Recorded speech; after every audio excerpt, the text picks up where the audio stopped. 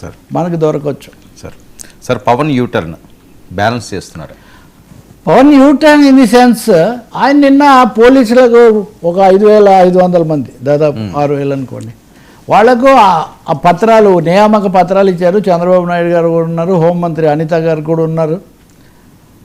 కొన్ని ఇచ్చారు, తర్వాత కొన్ని ఏదో ప్రకటించారు, కొంత రాజకీయం కొంత ఇవన్నీ కూడా అక్కడ మాట్లాడారు. రెండు విషయాలు ఏమంటే పవన్ కళ్యాణ్ అసలు అక్కడ హోంమంత్రి మీద హోంశాఖ మీద గతంలో 2-3 సార్లు విమర్శలు పవన్ కళ్యాణ్ చేయటం, అసలు నేను హోంశాఖ చూడట్లేదు అని కూడా అనడం ఇవన్నీ మనము చూసాం. ఆయన నిన్న హోంశాఖను గురించి కొంచెం చాలా సానుకూలంగా మాట్లాడటం. రెండవది హోంశాఖ పోలీసులు ఎక్కువ మంది ఉత్తరాంధ్ర నుంచి వస్తున్నారు అని అనిత అన్నారు మాటల క్రమంలో. ఈయన బలపరిచారు. పోలీసులే కాదు సైన్యంలో కూడా ఉత్తరాంధ్ర నుంచే చాలా ఎక్కువ మంది పోతుంటారు, దానికి కారణాలు ఏంటి అనేది అయితే మనం తెలుసుకోవాల్సి ఉంటుంది అని మళ్ళీ ఇతరులు ఎవరో కేకేస్తే లేదు మాకు అన్ని జిల్లాలు సమానమే అని అన్నప్పటికీ మొత్తం మీద అనితకు తనకు మధ్యలో విమర్శలు కొంత చేశారన్న దాన్ని కొంచెం చక్కదిద్దే ఒక ప్రయత్నం చేశారు. అంతకంటే కూడా ఇంకొక అడుగు ముందుకేసి లోకేష్ ఇక్కడ లేకపోవడం చాలా లోటుగా ఉంది అని, అంటే సన్నిహిత్యం కొద్దో లేకపోతే ఇంకోటి అనడం వేరు, కానీ ఇప్పుడున్న పొలిటికల్ కాంటెక్స్లో చూస్తే మటుకు కూటమిలో అంతర్గతంగా ఒక పునఃపొందిక ఒక రీఅలైన్మెంట్ లాగా చేయడానికి పవన్ కళ్యాణ్ ప్రయత్నం చేసినట్టు కనిపిస్తుంది. దానికి తగినట్టే చంద్రబాబు నాయుడు కూడా మళ్ళీ పవన్ కళ్యాణ్ గబ్బర్ సింగ్ సినిమా బహుశా అరుదేమో ఒక అధికారిక సమావేశంలో ముఖ్యమంత్రి ఉప ముఖ్యమంత్రి తీసిన సినిమా కథ దాని నేపథ్యం అది ఎప్పుడు నేను గతంలో ముఖ్యమంత్రిగా ఉన్నప్పుడు గబ్బర్ సింగ్ అనే అధికారి ఈ మత కలహాలు ఇట్లాంటివి వచ్చినప్పుడు చాలా బాగా పనిచేసేవాడు. ఆ గబ్బర్ సింగ్ పేరు పెట్టి ఆ కథతో పవన్ కళ్యాణ్ సినిమా తీశాడు. అంటే మీరు చాలా రోజుల తర్వాత మళ్ళీ బృందగానం చూస్తారు. ఇటీవల కాలంలో సోలోలే ఎక్కువగా జరుగుతూ వచ్చాయి. ఇటు చంద్రబాబు లోకేష్ ఒకచోట, పవన్ కళ్యాణ్ తనంతకు తను అక్కడ పిఠాపురంలోనో లేకపోతే పర్యావరణ శాఖలోనో ఉండటం మనం చూస్తాము. కాబట్టి కొన్ని ప్రతికూల సంకేతాలు వెళ్తున్నాయి.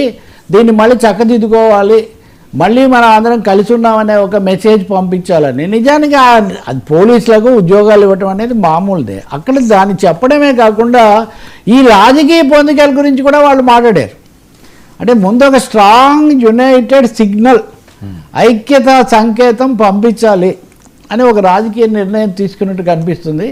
కలెక్టర్ల సమావేశంలో కూడా చంద్రబాబు నాయుడు ఆ ప్రస్తావనలు చేస్తున్నారు. కాబట్టి ఇది ఇటీవల కాలంలో కొత్త మలుపు. ఇంకోటి కూడా చాలా జాగ్రత్తగా చూస్తున్నారు వీళ్ళందరూ అని తెలుస్తుంది వర్మ. నేను మీతో మాట్లాడుతూ ఏఐ బొమ్మ పెట్టారు బాగానే ఉంది, కానీ నాగబాబు లేడన్నా నాగబాబుతో కలిసి ఈరోజు బొమ్మ పెట్టారు.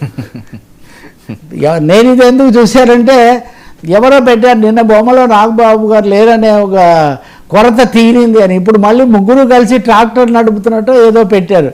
అంటే అనుకుంటాను very closely Janasena is monitoring media and social media and trying to make corrections, whatever little corrections ఏమేం చేయాలో అవి చేసుకుంటున్నట్టుగా కనిపిస్తుంది. ఆ ప్రాసెస్లోనే మళ్ళీ 15 ఏళ్ళు కలిసి ఉండడం అని ఆయన మళ్ళీ చెప్పాడు.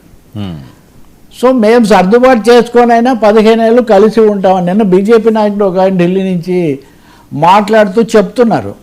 దీని అంతటికి కారణం ఏమంటే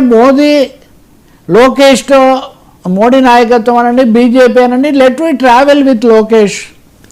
పవన్ కళ్యాణ్ యాక్టివ్ అని ఏమున్నా కానీ ప్రధానమైన పార్టీ తెలుగుదేశమే కాబట్టి మనం తెలుగుదేశంతోనే చాలా సన్నిహితంగా ఉండాలి, సత్సంబంధాలు పాటించాలి, ప్రయారిటీ ఇవ్వాలి అనే ఒక వైఖరి కూడా తీసుకున్నట్టు కనిపిస్తుంది. బహుశా ఇవన్నీ ఆయన దృష్టిలో ఉండాలి.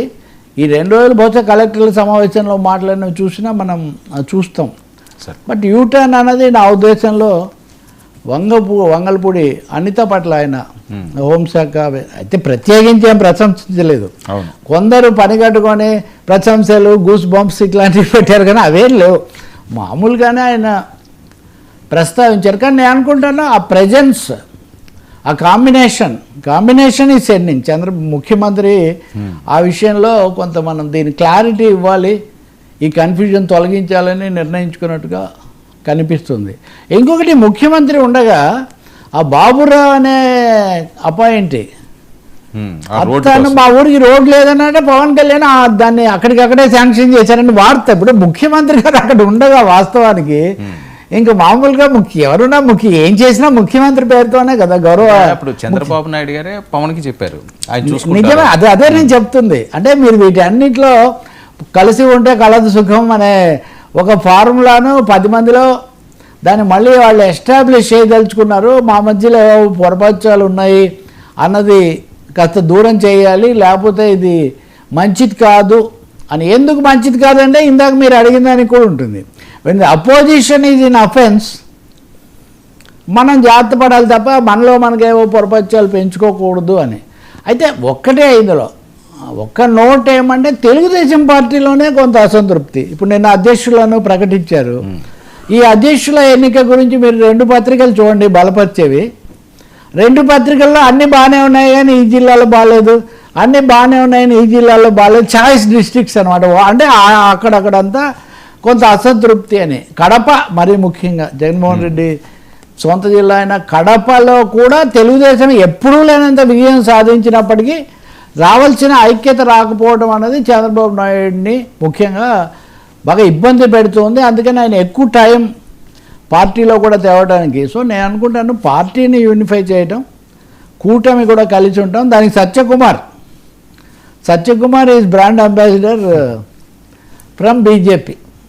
దీనికి భిన్నంగా ఇంకోవైపును చూస్తే మాధవ్, సత్యకుమార్ కూడా మళ్ళీ ఢిల్లీ వెళ్ళారు అమిత్ షాని తీసుకొని. ఇప్పుడు మీరు అటల్జీ దాన్ని మళ్ళీ ఎక్కువగా జరపడం కూడా అమరావతిలో పెడుతున్నారు దాన్ని. ఇదంతా ఒక రాజకీయం జరుగుతుంది.